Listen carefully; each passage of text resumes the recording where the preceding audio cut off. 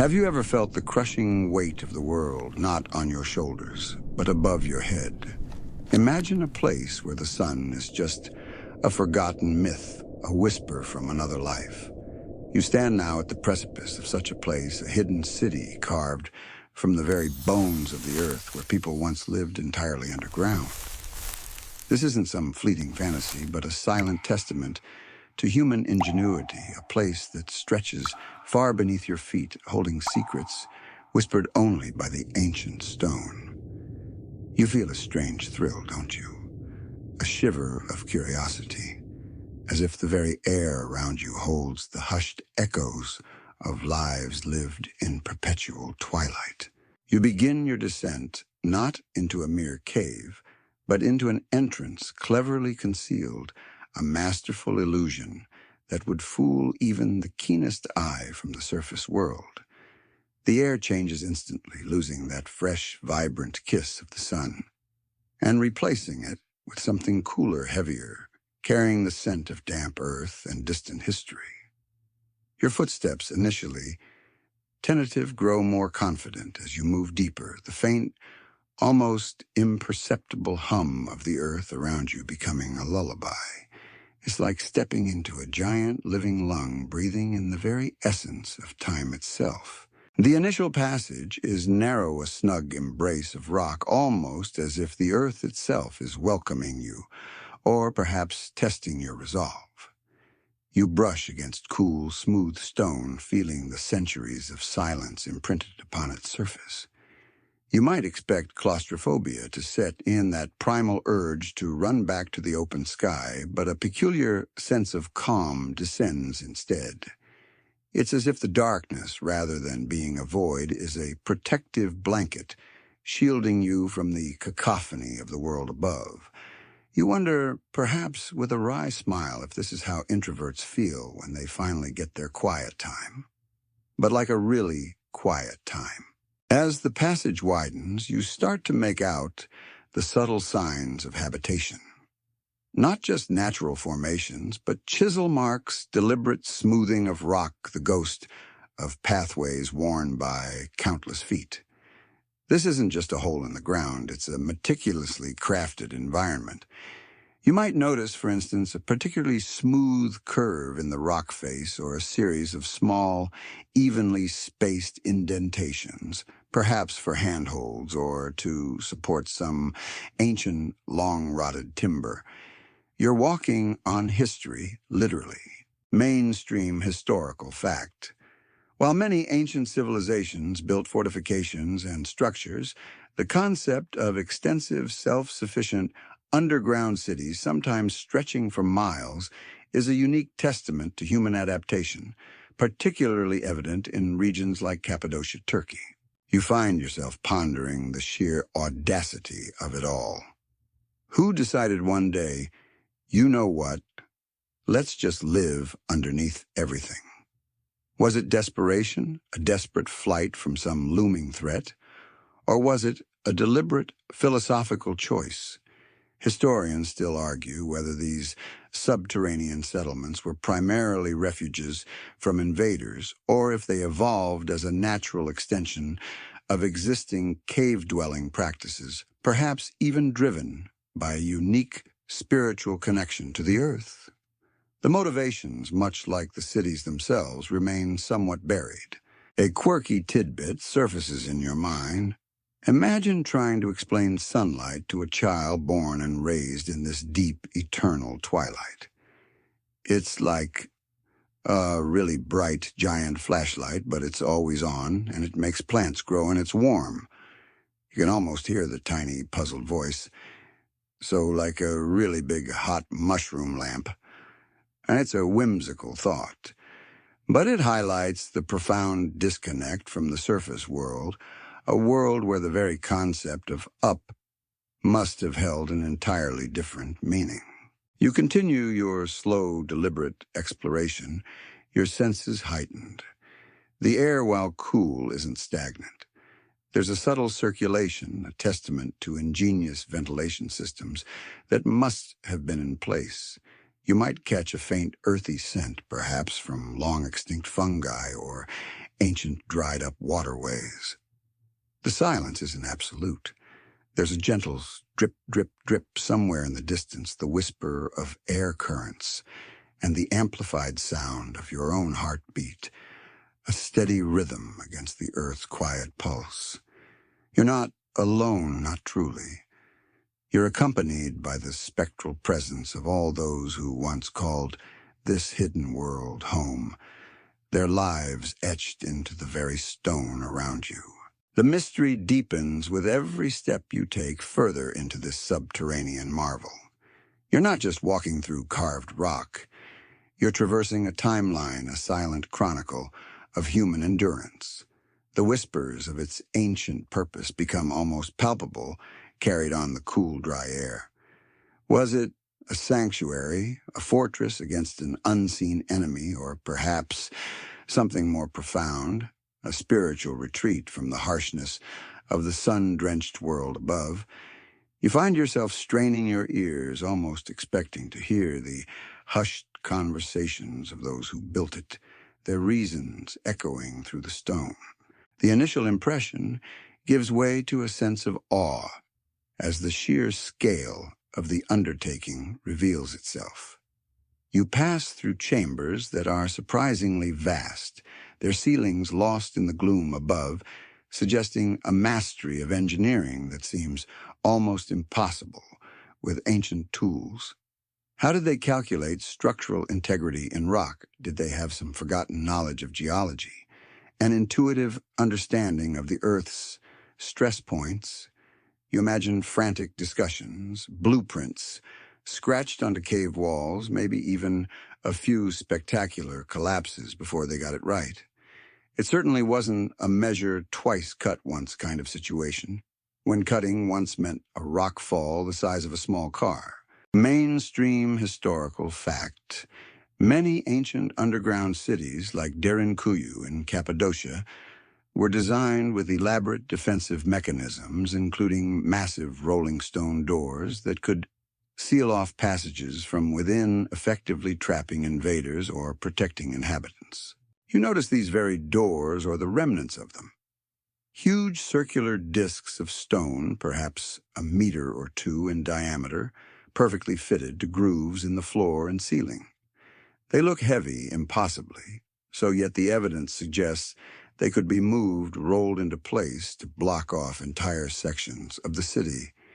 It speaks volumes about the level of threat they must have faced, or at least anticipated.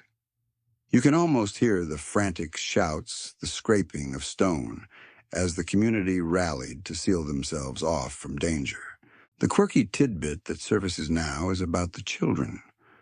How did they play in this perpetual twilight? Did they have games centered around sound and touch rather than sight?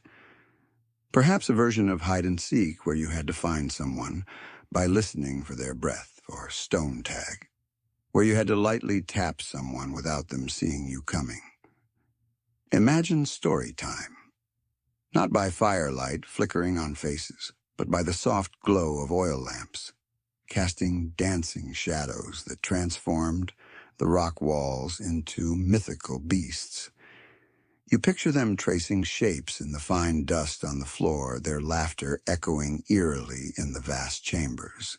Historians still argue whether the primary motivation for building such extensive underground complexes was purely defensive, or if a significant spiritual or cultic aspect also played a role, with some theories suggesting they were places of refuge for religious minorities or even preparation for cataclysmic events. Was it about physical survival or the preservation of a way of life, a belief system? The silence of the city offers no easy answers. As you continue, the air grows subtly warmer in some areas, hinting at communal gathering places or areas where more bodies congregated. You might feel a slight draft guiding you toward what could have been a central ventilation shaft. The ingenuity of their environmental control without modern technology is simply astounding. They were masters of passive climate control long before anyone invented air conditioning that hums like an angry refrigerator. You realize that this wasn't just a place to hide. It was a place to live, to eat, to sleep, to raise families, to worship, to grieve. The very stones seem imbued with the echoes of their daily existence. You pass by niches carved into the walls, perhaps for lamps or for small personal altars. You see faint traces of pigments, suggesting that even in the darkness they found ways to bring color and beauty into their lives. The perseverance is almost humbling. It makes you wonder if faced with similar circumstances, if you would have the grit to carve out an entire existence beneath the world. What would you miss most? The sky, the rain, or just the simple, undeniable warmth of a sunbeam on your face? As you delve deeper, the initial sense of wonder gives way to a more intimate understanding of daily rhythms unveiled. You start to piece together how life vibrant and full unfolded in this perpetual subterranean twilight. Imagine waking not to the gentle kiss of dawn, but to the steady flicker of oil lamps casting long dancing shadows on rough-hewn walls. Your internal clock, freed from the tyranny of the sun, would surely recalibrate itself, perhaps attuned instead to the cycles of communal work or the distant murmur of underground streams. You move through what appear to be living quarters, carved out with surprising uniformity. These aren't luxurious abodes, certainly, but functional spaces designed for efficiency and warmth. You might notice the smooth, worn texture of certain sleeping platforms, the faint residue of ancient bedding or the subtle indentations in the rock floor where countless feet once shuffled. It's a stark reminder that life, even without a view, still needs a place to lay its head. Perhaps you'd even find a tiny carved nook just the right size for a cherished possession, a small relic of a life lived long ago. You can almost hear the soft whispers of families, the gentle lullabies sung in the dark. Mainstream historical fact. Many of these underground cities featured sophisticated ventilation shafts that reached the surface, providing fresh air and regulating temperature, often ingeniously disguised to avoid detection. You see evidence of these vital air shafts, not just one, but a complex network. Imagine the immense effort required to dig hundreds of feet through solid rock perfectly angled to catch prevailing winds or to draw in cooler air from specific surface points. It's like a colossal, invisible breathing apparatus for the entire city. And imagine the arguments that must have erupted during their construction. No, Grack, if you put the shaft there, we'll get a permanent draft right over the communal porridge pot. Or perhaps, are you sure this shaft won't just fill with scorpions? Engineering in the dark, truly. A quirky tidbit that comes to mind is the likely reliance on fungi and specific types of edible plants that could thrive in low-light conditions. Forget your leafy green salads. These folks were probably gourmet mushroom foragers. Imagine mushroom stew being the culinary highlight of the week, or perhaps a carefully cultivated patch of pale, spindly greens considered a true delicacy. Did they have mushroom-themed festivals? Was there a grand fungal chef who was the most respected person in the community? It certainly puts a different spin on healthy eating. Historians still argue whether the inhabitants relied solely on stored provisions and underground farming for sustenance, or if there was a covert, ongoing trade network with the surface world, perhaps exchanging their unique underground crafts for much-needed surface goods like grains or livestock. The logistics of such a trade without revealing their existence boggle the mind. How did they manage it? Smoke signals that only looked like regular chimney smoke. Secret tunnels that led to specific, trusted trading partners. The silence of the stone holds those secrets close. You notice areas dedicated to storage, vast caverns, filled with the ghostly imprints of ancient amphorae or sacks. These would have held grains, dried meats, perhaps even rudimentary tools. The concept of self-sufficiency was not just a philosophy here. It was a matter of survival. Every inch of usable space would have been meticulously planned and utilized, a testament to their foresight and resourcefulness. You realize that planning for tomorrow meant planning for a long, long time without the easy replenishment of the surface world. Their pantry was literally carved from their home. The hum of human activity, though long gone, feels almost tangible. You can almost smell the faint scent of wood smoke from communal fires, the earthy aroma of stored provisions, perhaps even the musky scent of human bodies living in close quarters. It's not just a collection of empty rooms. It's a canvas upon which countless lives were painted, their daily routines etched into the very fabric of the underground. You feel a strange connection to these silent inhabitants, a shared humanity across millennia, bridging the gap between your sunlit world and their hidden one. Moving through the labyrinthine passages, you begin to uncover the subtle intricacies of their existence, observing life's simple pleasures carved from the rock itself. It wasn't just about survival. It was about living, truly living in a way that perhaps we, with our sun-drenched distractions, have forgotten. You stumble upon what could only be a communal gathering space, larger and more thoughtfully shaped than the living quarters, perhaps even with rudimentary benches carved directly from the stone.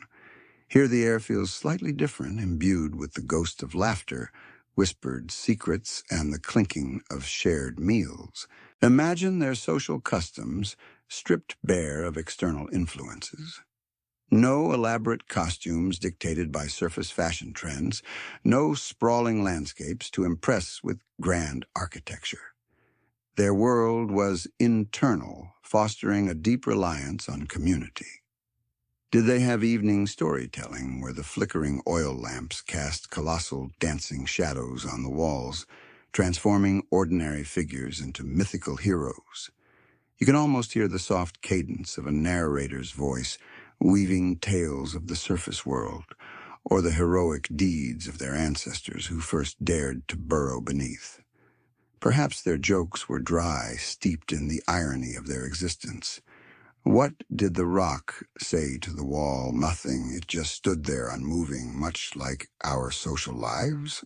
Mainstream historical fact. Archaeological findings in some underground settlements suggest evidence of communal kitchens and dining areas, indicating a strong emphasis on shared resources and community living. You can almost smell the faint lingering scent of ancient cooking from what would have been their communal kitchen, not just a hearth, but a complex system of flues and vents designed to carry smoke away without betraying their presence to the surface. It was a marvel of subterranean engineering, probably a source of great pride, and undoubtedly the scene of countless friendly arguments over whose turn it was to stir the rock-hard gruel. A quirky tidbit that comes to mind is the possibility of sound artists. Without visual distractions, imagine a person who could mimic the sounds of the surface world, the chirping of birds, the rustle of leaves, the distant rumble of thunder. This sound artist would be highly revered, providing a vital connection to a world most of them had never seen. Picture them eyes closed, painting an auditory landscape for their eager audience, bringing a piece of the sky down into the earth. Historians still argue whether their social structure was egalitarian, with all members contributing equally to the survival of the community, or if there was a hierarchical system in place, perhaps led by elders, skilled engineers, or those with unique knowledge of the surface world. The absence of opulent leaders' chambers suggests a more communal existence, but power dynamics can be subtle even in the deepest recesses of the earth. You move into what might have been a performance space or perhaps a place of quiet contemplation. The acoustics here are surprisingly good, designed to carry whispers across the chamber. You might notice small, meticulously carved niches, perhaps, for instruments, simple flutes made from bone or drums fashioned from stretched animal hides. Music, you realize, would have been an essential balm for the soul in this lightless world, a way to express joy, sorrow, and the profound mystery of their unique existence. Their recreation, too, would have been intrinsically tied to their environment. Perhaps games of skill involving carved stones or complex riddles that challenge the mind. No ball games here, unless they enjoyed the occasional head injury. You can almost see children chasing each other through the passages, their laughter echoing eerily, a playful counterpoint to the quiet solemnity of the stone. It's a testament to the enduring human spirit, finding joy and connection, even in the most unconventional of settings. You might even find yourself smiling a silent acknowledgement of their resilience, their ability to wring every ounce of meaning from a life lived entirely beneath the earth. As you continue your silent journey, the sheer scale of their self-sustaining ingenuity becomes breathtakingly clear. Beneath the earth's embrace, they built a world that breathed and functioned without external reliance, a marvel of ancient engineering. You begin to understand that this wasn't just a collection of caves. It was a living, breathing organism, meticulously designed to sustain a thriving community. Imagine the countless hours, the sheer muscle, the relentless dedication required to carve out not just rooms, but entire systems. You might notice subtle changes in the rock walls, indicating different geological layers they navigated, or perhaps the faint, almost imperceptible sheen where water once flowed. The most incredible aspect is their water management. How did they access fresh water deep underground? You ponder this, knowing that access to a clean, reliable water source is the absolute bedrock of any sustained human settlement. Without it, even the most ingenious city is just a fancy rock tomb.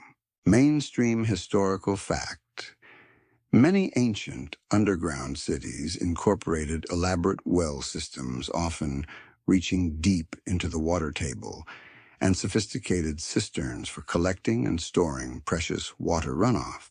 You stumble upon what appears to be part of their water infrastructure. Not just a simple well, but a series of channels, perhaps even rudimentary filtration systems carved into the stone. You can almost hear the rhythmic splash of water being drawn, the satisfied sighs of people quenching their thirst. It wasn't just about finding water. It was about managing it, conserving it, and distributing it fairly throughout the community. Imagine the severe rationing during dry periods, the communal anxieties, and the profound relief when the underground springs swelled. Perhaps they even had a water warden, the most important job in the city, ensuring no one wasted a single drop. You'd certainly want to be on their good side. A quirky tidbit surfaces, given the constant cool temperatures and darkness. How did they preserve food? Beyond salting and drying, they might have pioneered underground refrigeration chambers, naturally cool nooks where perishable goods could last longer. Perhaps they even developed unique forms of subterranean fermentation, leading to specialized underground cheeses or fermented root beverages. The original craft beer, but without the artisanal beard.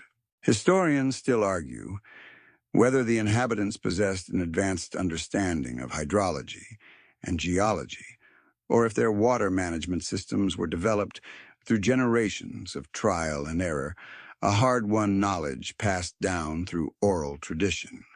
Was it scientific brilliance or simply stubborn persistence and meticulous observation? The answer probably lies somewhere in between, a blend of intuition and incremental discovery.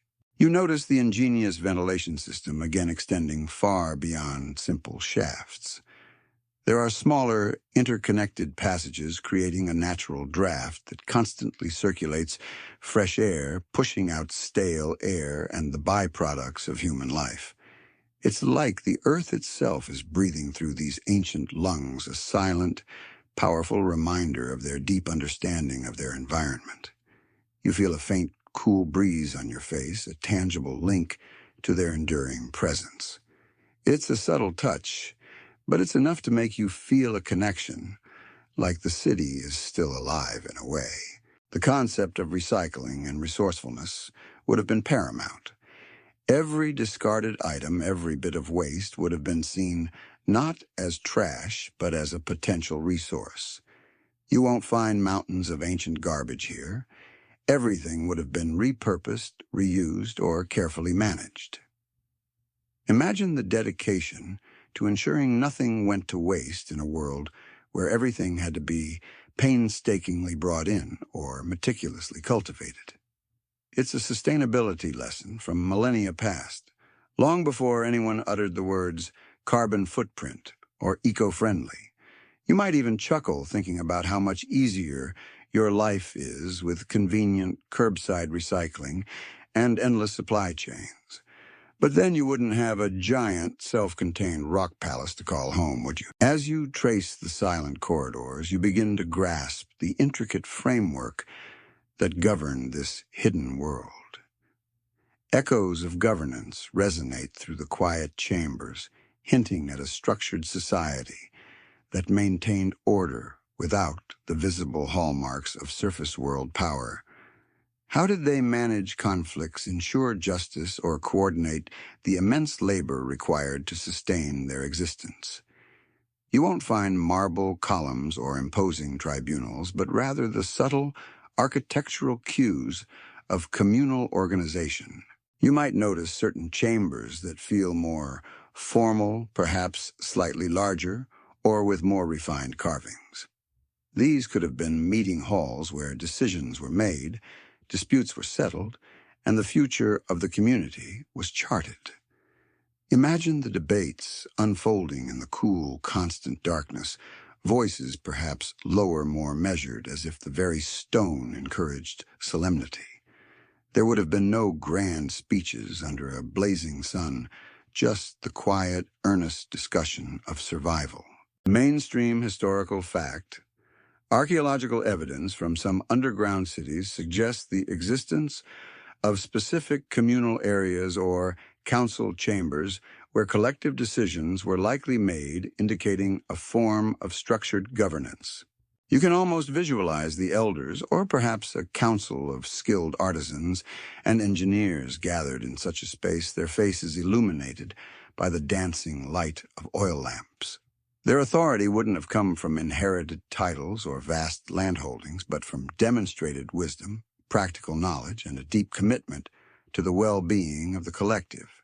It wasn't about ruling, but about guiding a shared destiny. A quirky tidbit that comes to mind is the potential for their legal system. Without the vastness of the surface world for exile, what was the ultimate punishment? Banishment to a shallower, less hospitable part of the city.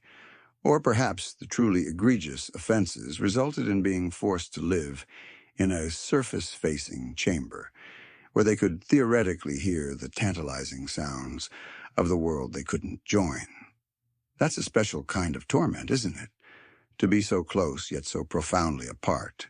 Historians still argue whether these underground communities operated under a form of direct democracy, where all adult members had a say in important decisions, or if they were governed by a more centralized, perhaps even benevolent, authoritarian leadership necessary for the strict coordination of resources. The limited archaeological record often leaves these nuances open to interpretation, much like trying to understand a complex political debate just by looking at the empty chairs in a room. You pass by what might have been designated areas for different crafts or trades, subtly organized to maximize efficiency. Perhaps a section for textile production, another for tool sharpening, and yet another for the delicate work of lamp maintenance. a crucial and highly skilled job considering their perpetual reliance on artificial light. This spatial organization speaks to a highly coordinated workforce where each individual understood their role in the grand scheme of subterranean existence. There was no room for slacking, when the very air you breathed depended on collective effort. The concept of trust must have been paramount. In a confined, interconnected environment, every person's actions directly impacted the safety and survival of the whole. Imagine a society where secrets were difficult to keep and reputations were built on reliability and contribution. There would have been no hiding your true colors when your neighbor literally lived just beyond a thin rock wall. This created a unique social pressure, a pervasive sense of shared responsibility that likely shaped their norms and ethics in profound ways.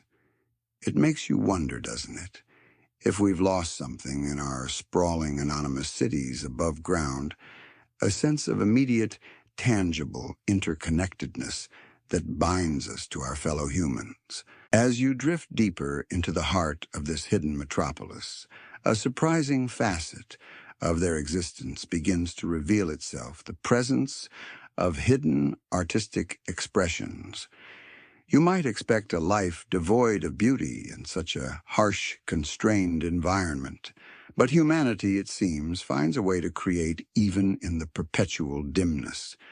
The subtle etchings on a wall, the unexpected curve of a passage, or the placement of a simple niche all speak to an aesthetic sensibility that transcended mere utility. Imagine the artists of this underground world. No grand murals painted under the sun's benevolent gaze, but perhaps intricate carvings brought to life by the dancing light of oil lamps, their shadows creating a dynamic, almost animated display. You might notice small, almost imperceptible patterns etched into a rock face or a smooth surface that was never meant for practical use, purely for contemplation. These aren't just walls. They're silent canvases, whispering tales of a forgotten people. A mainstream historical fact. Despite the challenging conditions, archaeological evidence from many ancient civilizations, including those in subterranean settings, reveals various forms of artistic expression, from rock carvings and simple frescoes to handcrafted tools and ritualistic objects. You might stumble upon a small, carefully smoothed alcove, perfectly sized for a single, precious object, perhaps a carved bone figurine or a piece of polished stone that caught the light in a unique way. These wouldn't be grand sculptures for public display, but intimate pieces, perhaps shared among families or used in private rituals. Their art was personal, a quiet rebellion against the overwhelming sameness of their surroundings. You can almost feel the calloused fingers of the artist meticulously working by the faint glow pouring their soul into a piece that might never see the light of day. A quirky tidbit that comes to mind is the possibility of shadow puppetry as a primary form of entertainment and artistic storytelling. With only lamps for light, imagine elaborate stories told not by painted figures but by hands, and simple cutouts casting dramatic, shifting forms on the rough rock walls. The master of shadows would have been a revered figure, weaving narratives that flickered and danced, creating an entire world within the limited confines of their reality. Perhaps a playful shadow monster was a common bedtime scare. Historians still argue whether the artistic expressions found in these underground cities served primarily a functional or ritualistic purpose, or if they were purely aesthetic, a testament to the innate human need for beauty and creative outlet even in the most challenging environments. Was it an offering to unseen deities, a historical record, or simply an act of defiance against the mundane? The quiet beauty offers no definitive answer. You notice that even practical items like storage jars or tools sometimes bear a subtle decorative flourish, a geometric pattern, a stylized animal motif, or a simple, elegant curve. This speaks to a culture that valued craftsmanship and found beauty in the everyday, elevating the mundane to something more. It wasn't about mass production, it was about mindful creation, where every object held a piece of its maker's spirit. The lack of natural light would have forced a different kind of artistic appreciation, emphasizing texture, form, and the play of artificial light and shadow. Imagine their equivalent of a gallery walk, moving slowly, perhaps with a handheld lamp, illuminating hidden details and appreciating the tactile qualities of their art. It's a sensory experience far removed from the brightly lit museums of the surface world, a more intimate connection between observer and creation. This art wasn't about dazzling the eye. It was about stirring the soul in the silent depths, a quiet conversation between the artist, the stone, and the solitary viewer. As you continue your exploration, a profound question arises. How did this subterranean society sustain itself economically? You begin to ponder the intricate workings of trade routes to nowhere, a fascinating paradox for a community deliberately hidden from the outside world. Without vast fields or open markets, their economy must have been an exquisite ballet of internal resourcefulness and perhaps a highly secretive external exchange. You might notice areas that look like workshops, perhaps, with specialized tools carved into the rock or faint traces of materials processed long ago. Imagine the meticulous craftsmanship that must have gone into every item. A tool wasn't just a tool, it was a testament to the effort required to make it in the dark a precious commodity. Every piece of cloth, every carved vessel, every polished stone would have held immense value, reflecting the scarcity of raw materials and the intense labor involved in transforming them. Mainstream historical fact. While direct evidence is scarce, theory suggests that some hidden ancient communities may have engaged in clandestine trade, exchanging unique goods or mined resources for essentials unobtainable underground. The concept of a currency in such a self-contained world is intriguing. Was it a system of bartering where a basket of mushrooms could be exchanged for a new oil lamp? Or did they have a form of internal currency, perhaps special tokens or meticulously crafted beads, a silent acknowledgement of value within their unique economy? You can almost hear the quiet negotiations, the careful weighings, the intense focus on fair exchange, devoid of the flashy advertisements and market noise of the surface world. A quirky tidbit that comes to mind is the possibility of trade secrets being the most valuable commodity. Imagine a master artisan who possessed the secret to creating a particularly durable type of lamp wick or a unique method for purifying underground water. This knowledge would be guarded, fiercely passed down only through trusted apprentices, ensuring a competitive edge in their insular economy. It's like ancient intellectual property, but without the complicated patents and endless lawsuits. Historians still argue whether the economy of these underground cities was almost entirely self-sufficient, relying solely on internal production and limited underground resources, or if their long-term survival necessitated a degree of secretive external trade, perhaps, with trusted surface communities who knew of their existence and upheld strict secrecy. The logistics of covert trade, how to transport goods without revealing your hidden city, present a formidable puzzle. Were there secret tunnels leading to remote, disguised meeting points? Perhaps a complex system of signals to trusted partners. You consider the division of labor. Every individual would have had a vital role, from the foragers, who risked venturing into the outer, unlit passages for specific fungi to the engineers, maintaining the air shafts to the artisans crafting necessary goods. Specialization would have been key to efficiency, but also created a deep interdependence. If the lamp maker had a bad day, the whole community might literally be left in the dark. It fosters a profound sense of mutual reliance where your neighbor's well-being directly impacts your own. The concept of growth and surplus in such a constrained environment is also fascinating. Could they generate enough excess to allow for anything beyond mere subsistence? Perhaps their wealth wasn't measured in accumulating possessions, but in the stability of their communal provisions, the health of their people, and the continuity of their hidden way of life.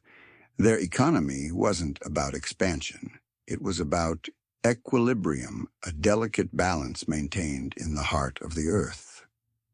You realize that sometimes true richness lies not in what you accumulate, but in what you preserve, what you share, and what you manage to keep hidden from the rest of the world. As you move deeper, a different kind of atmosphere begins to settle. The quiet hum of daily life seems to recede, replaced by a subtle tension that permeates the very stone. You start to sense the shadows of conflict, the ever-present challenges and threats that must have loomed over this hidden community. Their subterranean existence, while offering protection, also brought its own unique vulnerabilities. Imagine the constant vigilance required, not against obvious foes in broad daylight, but perhaps the subtle creep of a natural disaster. A tremor in the earth, the slow seepage of water from an unstable ceiling, or the threat of a crucial air shaft collapsing. These would have been their true enemies, silent and relentless. You can almost feel the collective breath held during a distant rumbling, the communal fear as a small stone dislodges from above. It's enough to make your own skin prickle even millennia later. Mainstream historical fact. Geological stability was a paramount concern for ancient underground cities. Many show evidence of reinforced ceilings, carefully placed pillars, and emergency escape routes to mitigate the risk of collapse or natural hazards. You observe areas where the rock appears reinforced or where naturally weak points have been shored up with clever stone supports. These aren't just architectural features. They are monuments to their constant battle against the earth itself. They learn to read the subtle signs of the rock, to listen to its groans and whispers, predicting potential dangers before they became catastrophic. It's like living inside a giant, ancient geological warning system, always on high alert. A quirky tidbit that comes to mind is the potential for internal disputes escalating in such a confined space. Without the option for individuals to simply leave, arguments could become incredibly intense. Perhaps they had a designated cooling-off chamber, a quiet, isolated nook where feuding parties were sent until they could find common ground. Or maybe even a communal gripe stone where people could loudly air their frustrations, the echoes serving as their only audience. Imagine trying to hold a grudge when you literally have to share the same air as your adversary. Historians still argue whether the primary threats to these underground communities were external invaders who might eventually discover their hidden entrances, or internal stresses like resource depletion, disease outbreaks in confined spaces, or social unrest born from the pressures of perpetual confinement. It's a chicken and egg scenario. Did they build so deep because of external threats, or did living so deep create a whole new set of internal challenges? You realize that diseases, too, would have been a significant threat. A simple cold could quickly become a community-wide epidemic in such close quarters, with limited access to remedies.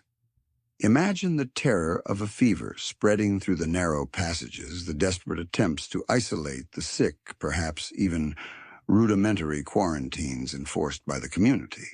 Their resilience wasn't just about carving rock. It was about fighting microscopic battles for survival against unseen foes. The concept of defense, while possibly against surface enemies, would also have applied to protecting their precious resources. Their water sources, their food stores, their air shafts, these were their lifelines, and any threat to them would have been met with fierce determination. You might notice small, strategically placed lookout points within the passages or areas that could be easily sealed off in an emergency. The very structure of the city is a testament to their constant vigilance, a silent promise to protect their way of life come what may. Even in the deepest recesses of the earth, the primal instinct for survival burned bright. The atmosphere shifts again from the quiet tension of conflict to a profound sense of admiration for their sheer tenacity. You feel the deep resonance of their secrets of survival, how they adapted and endured against seemingly impossible odds in this hidden world. It wasn't just about digging. It was about living with an unparalleled resourcefulness, squeezing every drop of utility and meaning from their dark, confined existence. You move through areas that speak volumes of their adaptive genius.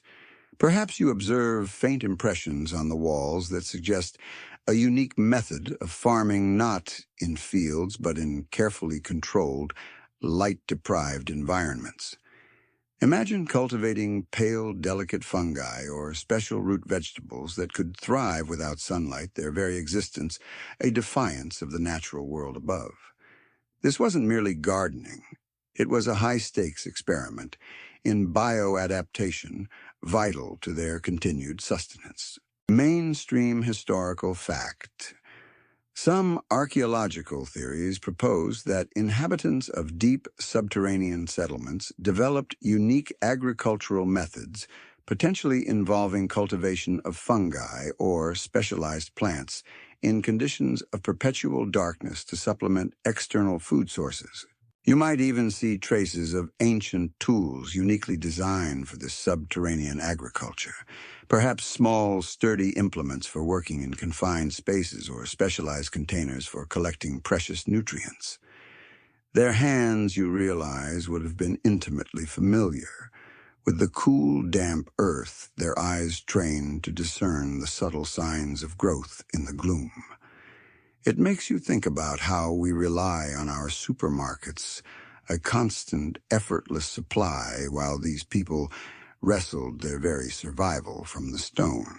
A quirky tidbit that comes to mind is their potential use of natural geothermal vents or deep earth heat for warmth, perhaps even for primitive saunas or therapeutic chambers. Imagine the sense of luxury in finding a naturally warm pocket in the earth, a place to relax and escape the constant chill, a precious amenity in their subterranean world. It's like finding a natural hot tub, but instead of worrying about chlorine levels, you're just grateful it doesn't collapse.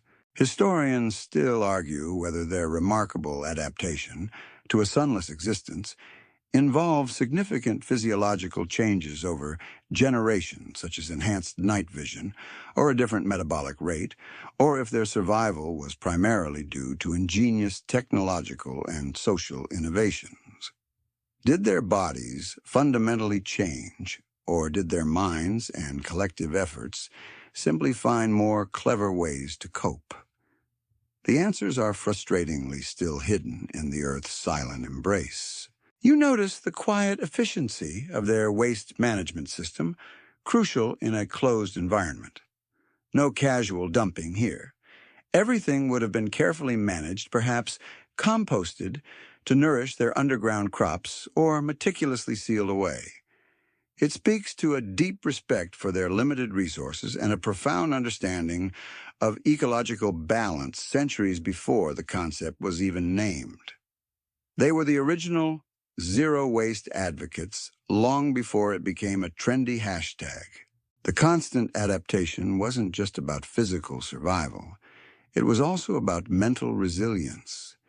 Imagine the psychological toll of perpetual darkness, the absence of the sky, the sun, the seasons. They must have developed strong communal bonds, rituals, and stories to ward off despair and maintain a sense of purpose. Perhaps they had special light festivals where precious oil was burned in abundance, creating a momentary, dazzling spectacle of brilliance, a psychological balm against the endless night. Their ability to not just survive, but to create a meaningful life is the most profound secret you uncover, a testament to the indomitable spirit of humanity flourishing even in the very belly of the earth. As you continue your silent passage through the remnants of this hidden world, a new layer of mystery unfolds. The signs of daily life, once so vibrant in your imagination, begin to thin. You're entering sections that feel more abandoned, more quiet, raising the profound question, what led to the mysteries of departure? Why would a community so adept at survival, so deeply rooted in the earth, simply leave? The air here feels heavier, imbued not with the echoes of life, but with the quietude of absence. You might notice unfinished projects, tools left mid-task, or a sense of suddenness in their departure. It's not a gradual decline that you sense, but perhaps an abrupt decision, a forced evacuation, or a planned migration that left no room for sentimentality. The silence here is particularly poignant, telling a story of disruption rather than slow decay. Were they driven out by a threat that even their formidable defenses couldn't withstand? Or did something beckon them back to the world, above a world they had long forsaken? Mainstream historical fact. While the exact reasons for the abandonment of many ancient underground cities remain debated, theories often include prolonged drought, geological instability, external military pressures, or the collapse of surface world alliances that supported their hidden existence. You consider the sheer effort it would have taken to leave, to abandon a home carved from solid rock, a home that represented generations of labor and ingenuity. It wasn't a matter of simply packing a few belongings and walking away. This was a profound severance, a tearing away from the very earth that had nurtured and protected them. Imagine the collective sorrow, the weighty discussions, the realization that their unique way of life, forged in darkness, was coming to an end. It makes you wonder what could possibly be so compelling or so terrifying to prompt such a monumental shift. A quirky tidbit that comes to mind is the possibility of a prophecy of light. Perhaps a wise elder or visionary dreamed of the sun of a lush surface world finally safe to return to, and this prophecy spurred the community to emerge. Or conversely, a prophecy of impending doom underground that forced them to seek their fate above.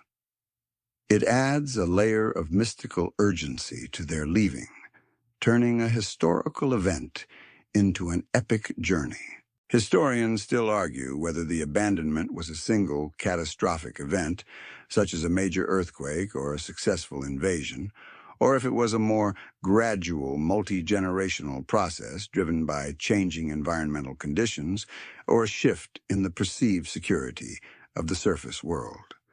Was it a sudden flight or a slow, strategic withdrawal? The lingering emptiness offers tantalizing clues, but no definitive answers, leaving the true narrative of their exodus to the realm of educated speculation. You might notice pathways that lead upwards more frequently, now perhaps less concealed than the initial entrance, suggesting a greater urgency in their final moments. It's as if their exit became less about hiding and more about simply getting out.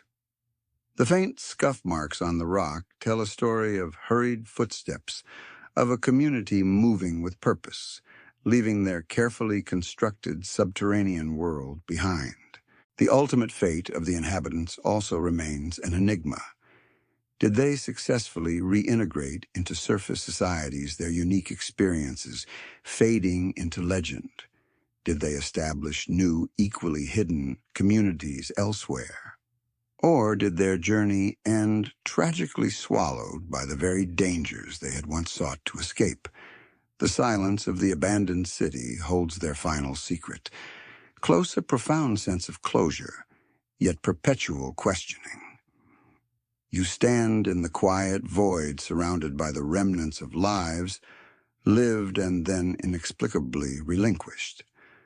The earth holds many secrets, and the reason for their departure is perhaps the most compelling one of all.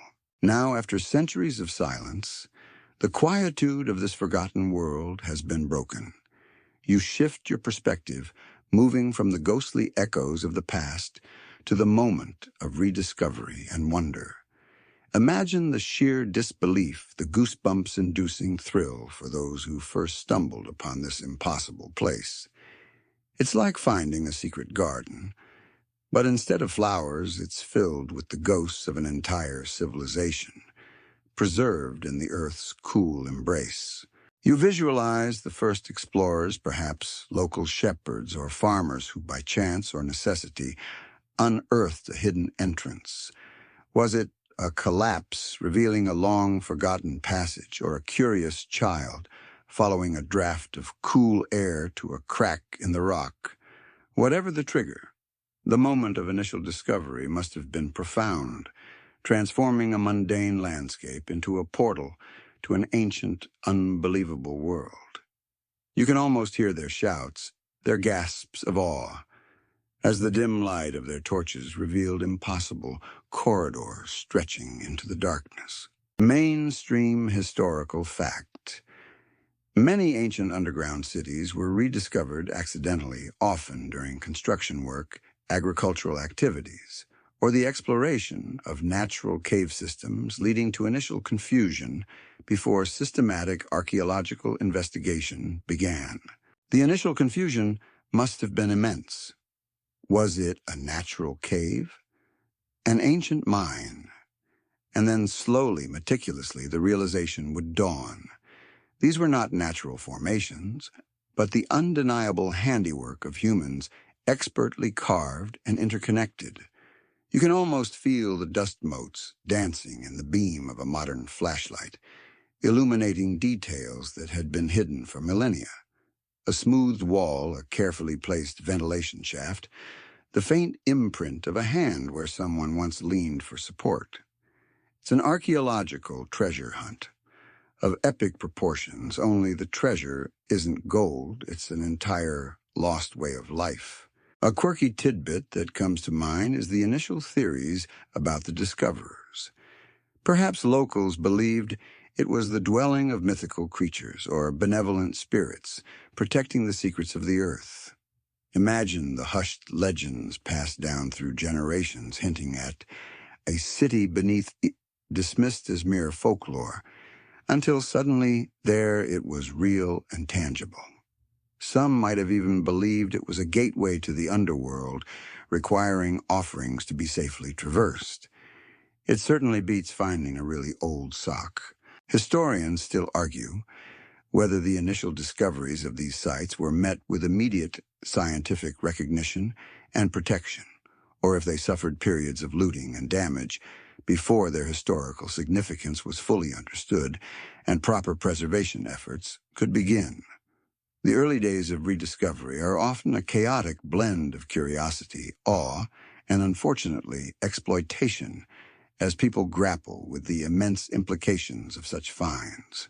The sheer scale of the unearthed city would have been mind-boggling.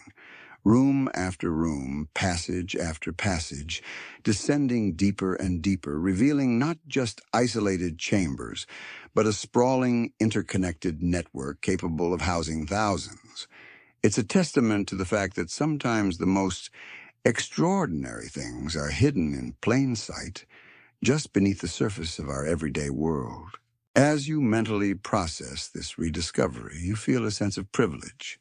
You're walking where few have walked, peering into a past that was deliberately concealed now, brought back into the light of understanding, if not literal sunlight. This moment of unearthing isn't just about finding old rocks. It's about reconnecting with a lost piece of humanity's story, a silent dialogue across the vast expanse of time, reminding us of the incredible resilience and ingenuity of our ancestors. Even with the marvel of rediscovery, the vastness of time, and the deliberate secrecy of their existence mean that unanswered questions linger. You find yourself standing in these silent chambers surrounded by tangible history, yet more profound mysteries seem to arise with every step. Why, exactly, did they choose this life? How truly large was their population? What became of their descendants? These are the puzzles that continue to baffle the experts, turning archaeology into a grand, unsolved riddle. You might gaze at a blank wall knowing that behind its stoic face lies a story that may never be fully told. The lack of written records, or at least any that have been found, is perhaps the greatest barrier to understanding. Imagine a society that relied entirely on oral tradition, on stories passed from elder to child in the flickering lamplight. When they left those stories, those vital pieces of their history might have been lost forever, whispered into the wind of the surface world and forgotten. Mainstream historical fact. The absence of extensive written records is a common challenge in the study of many ancient, non-literate societies, leaving archaeologists to piece together their history primarily from material culture and architectural remnants. You consider the technology they possessed. While undeniably ingenious, how did they manage the sheer scale of excavation without advanced tools? Were there secret techniques, forgotten methods of stone cutting or earth removal that baffle modern engineers? The perfect fit of some stone blocks, the precise angles of ventilation shafts, it all hints at a level of skill that transcends simple brute force. Was it a specialized knowledge lost to the ages like the formula for ancient Roman concrete, only even more obscure? You can almost hear a modern engineer scratching their head, muttering, "How on earth did they do that without power tools?" A quirky tidbit surfaces. Perhaps they had a legendary map maker whose job was so critical that they were blinded from birth to focus only on the tactile and auditory landscape of the tunnels leading to an incredibly intricate, perhaps even three-dimensional, mental map of the entire city. It's an unlikely thought, but it emphasizes the extraordinary adaptations that might have been necessary for survival in such an environment. Historians still argue whether the precise dating of these underground cities is accurate, relying heavily on archaeological context and carbon dating of organic materials, which can sometimes provide broad rather than pinpoint timelines. Was this city built in a rapid burst of activity during a crisis, or was it expanded slowly over centuries by successive generations, each adding their own layer to the subterranean onion? The true chronology remains a subject of intense academic debate. The spiritual life of these people is another profound enigma. Without the sun, the stars, or the changing seasons to guide their cosmology, what did they believe in? Did they worship the earth itself, the very rock that sustained them? Or did they find deities in the echoes of the deep, in the silent currents of the air, or the mysterious drip of water? You might notice certain alcoves or symbols that hint at religious practices, but their true meaning remains shrouded in the darkness from which they emerged. Ultimately, the most compelling unanswered question might be the simplest: what did it feel like to live a whole life underground? To never see a sunrise, feel rain on your face, or gaze at an open sky? You can stand here in their silent world and try to imagine, but the full emotional and psychological experience of perpetual subterranean existence remains beyond our grasp, a silent secret held forever by the stone. Despite the many mysteries that cling to these silent passages, the mere existence of this hidden city carries profound implications. As you stand here feeling the cool earth around you, the lessons from below resonate deeply. This isn't just a historical curiosity. It's a powerful testament to human resilience, adaptability, and the surprising ways in which communities can forge a meaningful existence in the face of unimaginable challenges. You realize that this underground city wasn't built by a grand empire with limitless resources, but by a community driven by necessity and ingenuity. It speaks to the incredible capacity of ordinary people to achieve extraordinary feats when united by a common purpose. Their story isn't about conquest or power. It's about survival, cooperation, and the stubborn refusal to simply give up. It makes you reflect on the strength of your own community and what you might achieve if truly pushed to the brink. Mainstream historical fact: the successful construction and long-term habitation of extensive underground cities demonstrate a high level of communal organization, resourcefulness, and engineering skill often developed by self-contained societies facing existential threats. The inherent sustainability of their existence offers a powerful, contemporary lesson. In a world grappling with resource depletion and environmental impact, these ancient inhabitants mastered a life of minimal waste and maximum efficiency. Every resource was precious, every space utilized, every byproduct repurposed. They lived in profound harmony with their immediate environment, a symbiotic relationship with the earth that sustained them. It's a striking contrast to our modern consumption habits, isn't it? They probably never even heard of a single-use plastic, bless their subterranean hearts. A quirky tidbit that comes to mind is the potential for their unique sense of humor, born from their unusual circumstances. Perhaps they had inside jokes about surface dwellers and their strange obsession with things like weather. Imagine them mocking the inconvenience of rain or the bizarre necessity of needing a giant fiery ball in the sky to tell you when to wake up. It's a whimsical thought, but it highlights how even the most challenging environments can foster moments of lightness and shared amusement. Historians still argue whether the extreme conditions of underground life fostered a heightened sense of community and social cohesion, or if the confinement and limited resources eventually led to internal strife and psychological strain contributing to their eventual departure. Was it a utopian ideal or a gritty day-to-day struggle for emotional and social equilibrium? The truth is likely complex, a mix of both enduring cooperation and inevitable human friction. You consider the psychology of living without the sun. It forces a different kind of introspection, a reliance on internal light rather than external illumination. Perhaps it fostered a deeper connection to dreams, to inner thoughts, to the unseen forces that shape human experience.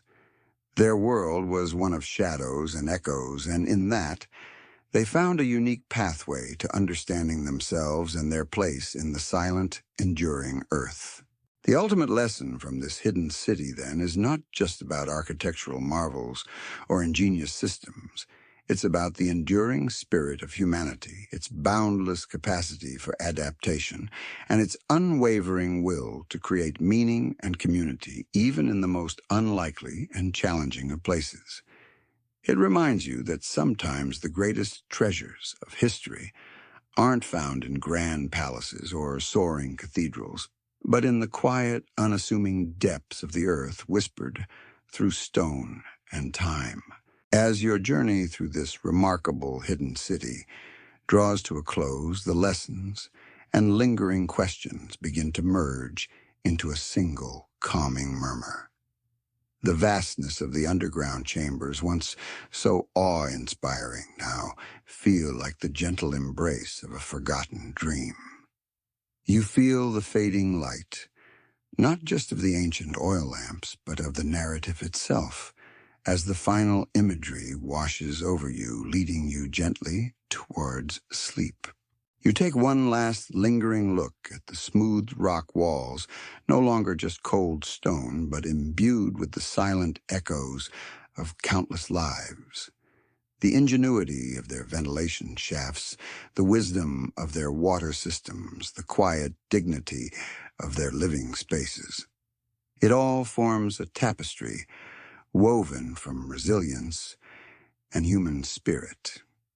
You imagine the softness of their footsteps on the earth, the low hum of their conversations, fading now like ripples on a still subterranean pond. Mainstream historical fact. The study of abandoned ancient settlements, regardless of location, often concludes with a focus on their enduring legacy and the lessons they offer for contemporary human societies regarding adaptation, resource management, and communal living. The air around you, once alive with the phantom scents of wood smoke and damp earth, now settles into a neutral, comforting coolness. It's the air of deep rest of time, standing still. You are no longer an active explorer, but a quiet observer, allowing the profound weight of this ancient narrative to settle gently within you. There is no urgency here, no immediate threat, only the quiet satisfaction of having glimpsed a world few have ever known. A quirky tidbit to lull you further. Imagine if on some particularly quiet nights the inhabitants of this city could hear the faint, distant rumble of thunder from the surface, a sound so alien and grand that it became a mythical beast, a voice of the unknown world above. Or perhaps the gentle whisper of surface wind through the deepest ventilation shafts, a lullaby from a world they could only dream of.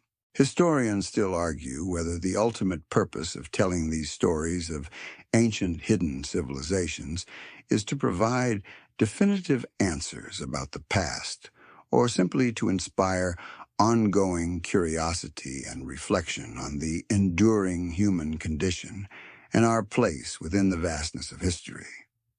Perhaps the value lies not in knowing everything, but in embracing the wonder of the unknown. The images soften, blurring at the edges like old photographs, fading in the sunlight they never knew. The harsh outlines of carved rock dissolve into the comforting dark, becoming less defined, more like the gentle curves of a protective embrace. You feel a sense of profound peace, a quiet understanding that even in the deepest shadows, life found a way, thrived, and left behind a legacy that continues to whisper across millennia. Let the quiet wisdom of the earth settle around you. The stories of those who lived beneath the sky, sustained by stone and ingenuity, are now nestled safely in your mind. The hidden city, with all its secrets and its quiet strength, recedes into the soft canvas of your thoughts. There's no need to search for answers now, just to let the echoes of their existence guide you into a profound, restful sleep.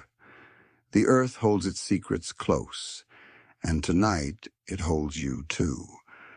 Let the silence be your lullaby, and the enduring spirit of humanity your sweetest dream.